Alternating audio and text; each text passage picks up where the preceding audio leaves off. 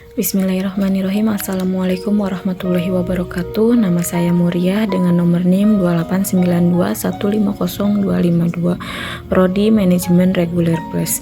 Di sini saya akan melakukan performance test untuk tugas ujian tengah semester dengan dosen pengampu Bapak Henda Permadi STMM dengan mata kuliah Manajemen Operasional.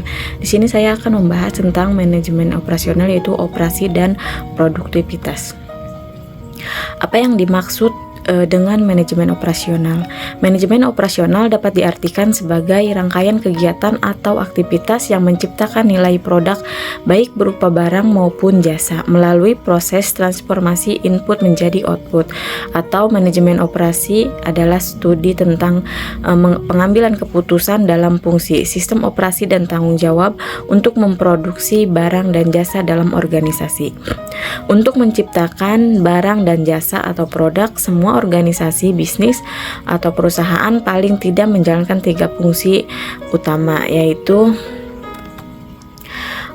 fungsi pemasaran atau marketing function yang berhubungan dengan pasar untuk dapat menciptakan permintaan dan pada akhirnya menyampaikan produk yang dihasilkan ke pasar. Yang kedua, fungsi keuangan atau finance function yang mengelola berbagai urus keuangan di dalam perusahaan maupun perusahaan dengan pihak luar perusahaan. Fungsi yang ketiga, fungsi produksi atau operasi, berkaitan dengan penciptaan barang dan jasa yang dihasilkan perusahaan. Mengapa manajemen operasional penting untuk dipelajari? Karena yang pertama, yaitu merupakan salah satu fungsi utama yang harus ada di semua jenis organisasi, sehingga apabila akan mengelola organisasi, maka mau tidak mau harus mempelajari konsep MO. Dengan mempelajari MO, kita dapat mengetahui seluk-beluk dan berbagai hal yang berkaitan dengan cara memproduksi barang maupun jasa. Dengan mempelajari MO, kita dapat memahami dan mengerti dengan benar apa yang seharusnya dilakukan oleh manajemen operasional. Karena manajemen operasional merupakan bagian yang paling mahal dalam organisasi, sehingga penting sekali untuk dipelajari. Hal ini dapat diartikan efektivitas dan efisiensi manajemen operasional akan berdampak besar bagi perusahaan. Apa saja yang dilakukan oleh manajer operasional dan lingkup tanggung jawabnya? Yang pertama, desain barang dan jasa. Keputusan ini menyangkut sebagian besar proses transformasi yang akan dilakukan dengan kata lain, keputusan operasional berikutnya tergantung pada keputusan desain barang dan jasa.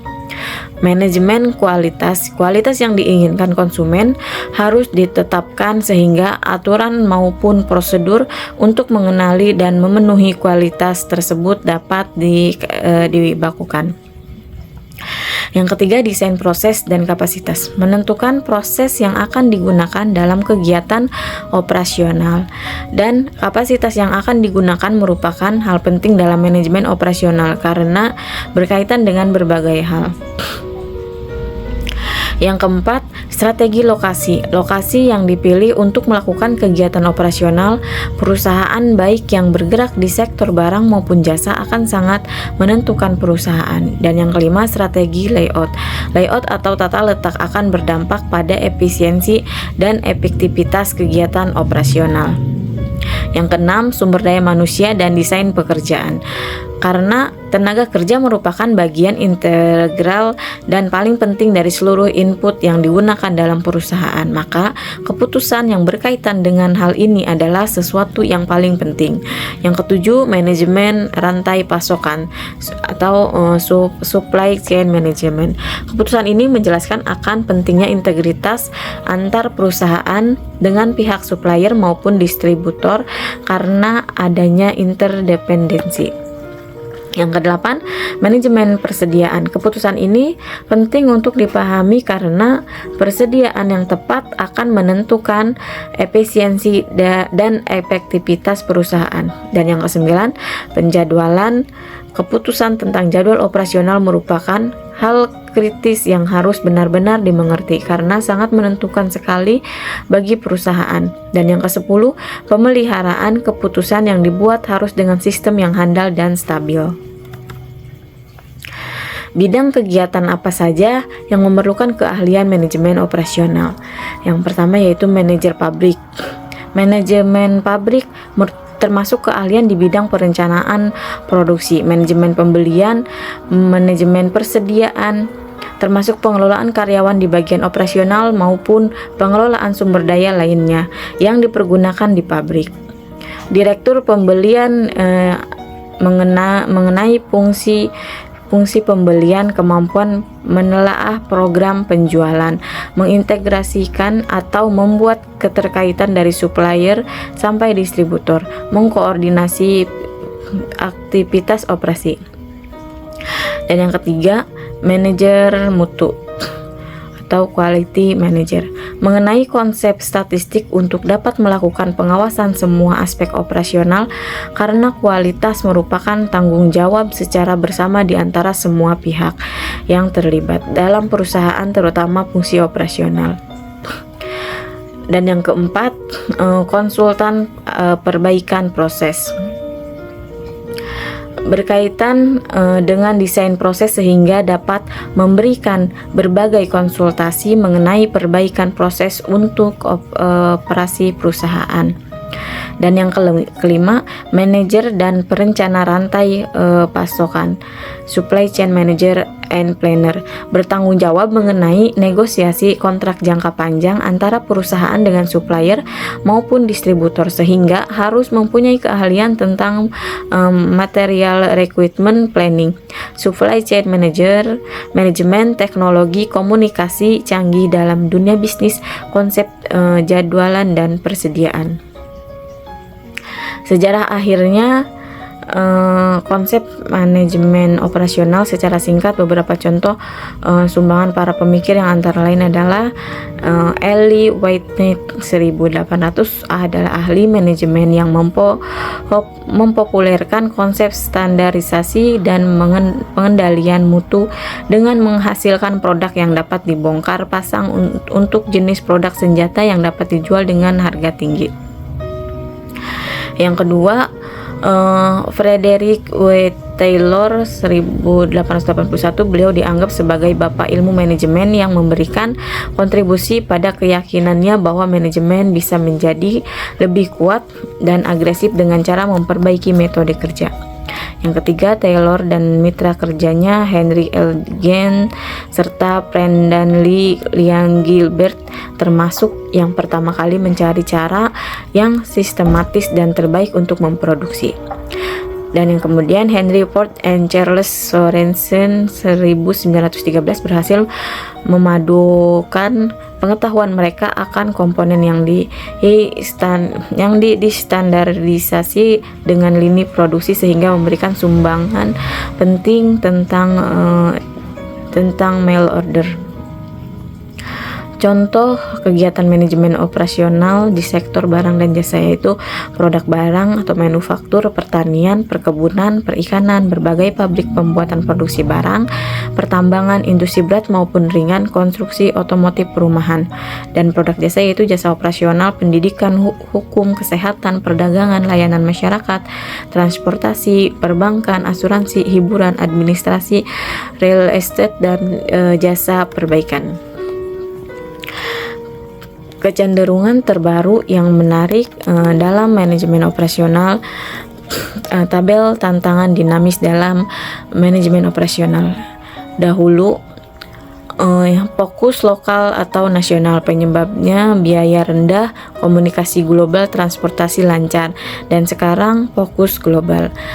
Jumlah pengiriman besar, siklus produksi singkat, perlunya modal untuk mengurangi persediaan, pengiriman JIT, pembelian dengan tawaran terendah, penekanan mutu, butuh pemasok yang terlihat, peningkatan produksi, kemitraan rantai pasokan, perencanaan sumber daya perusahaan atau e-commerce, pengembangan produk lambat, siklus hidup produk lebih pendek, penggunaan teknologi komputer untuk komunikasi maupun operasional. Dan sekarang pengembangan produk cepat, aliansi dan desain kerjasama. Dan kemudian dahulu produk yang standarisasi, pasar global yang berlimpah, proses produksi semakin fleksibel,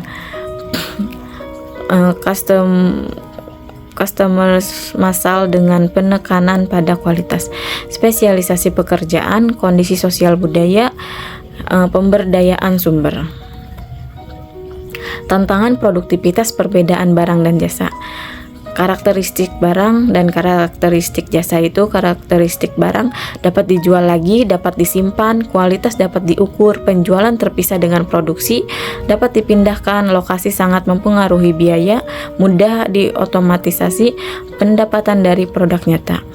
Dan yang karakteristik jasa tidak bisa dijual lagi, tidak dapat disimpan, kualitas sulit diukur, penjualan sebagai bagian jasa, pemindahan pada tenaganya, lokasi penting untuk interaksi dengan konsumen, sulit diotomatisasi, pendapatan dari pelayanan. Apa yang dimaksud dengan produktivitas? Produktivitas dapat diartikan sebagai perbandingan antara output barang dan jasa yang dihasilkan dengan input sumber daya yang digunakan untuk menghasilkan output. Produktivitas sama dengan output per input.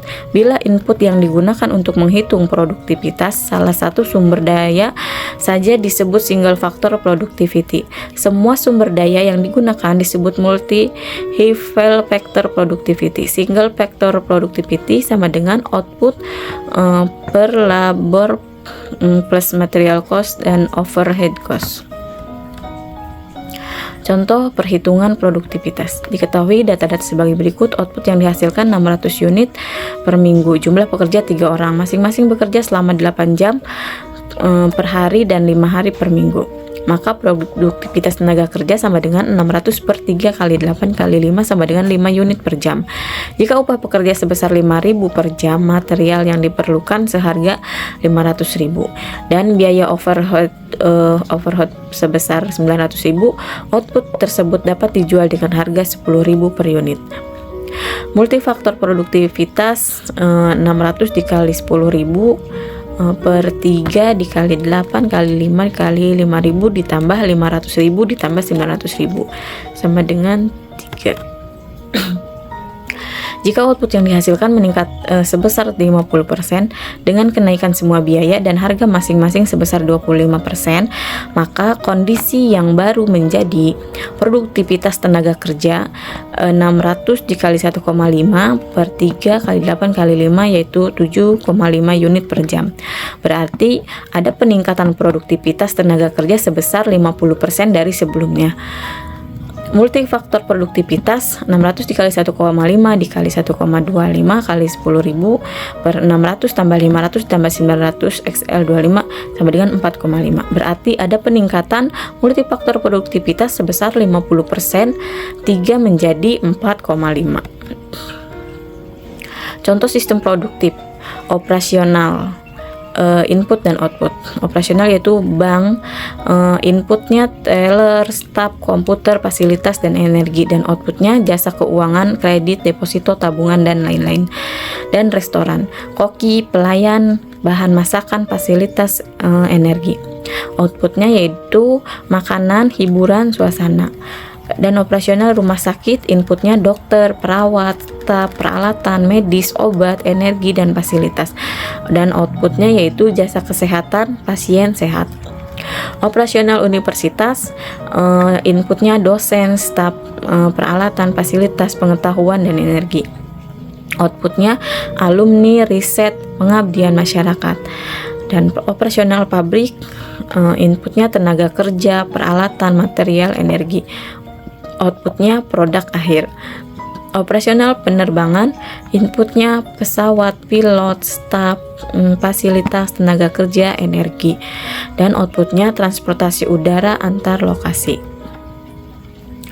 Variabel produktivitas, tenaga kerja atau labor yang berarti kuantitas dan kualitas tenaga kerja yang dipekerjakan di organisasi tersebut. Peningkatan kemampuan tenaga kerja dapat dilakukan dengan melalui pendidikan, perbaikan fasilitas kerja, transportasi, sanitasi, ketersediaan tenaga kerja yang memadai. Dan yang kedua, modal atau kapital yang digunakan oleh organisasi untuk membiayai kegiatan operasionalnya, yang mana sangat dipengaruhi oleh inflasi dan pajak yang berlaku. Dan yang ketiga, manajemen atau yang bertanggung jawab untuk memastikan pengelolaan semua sumber daya yang digunakan perusahaan secara efektif dan efisien. Upaya-upaya yang dapat dilakukan semakin spesifik jasa yang diberikan akan semakin sulit mencapai peningkatan produktivitas. Akan tetapi, kesulitan peningkatan produktivitas dibarengi dengan berbagai upaya perbaikan yang telah dilakukan, diantaranya dengan penggunaan fasilitas yang lebih memadai atau canggih, juga keahlian personil yang lebih terampil maupun cara pengelolaan yang lebih profesional. Contohnya, di supermarket telah disediakan mesin untuk mengecek harga, di bank disediakan fasilitas ATM, phone banking, internet banking, mobile banking.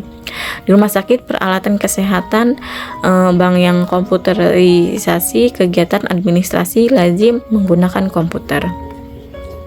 Dan di restoran menyediakan drive-thru untuk layanan cepat operasional selama 24 jam di berbagai bidang jasa dan sebagainya. Baik, demikianlah presentasi dari saya. Kurang dan lebihnya saya mohon maaf. Wassalamualaikum warahmatullahi wabarakatuh. Terima kasih.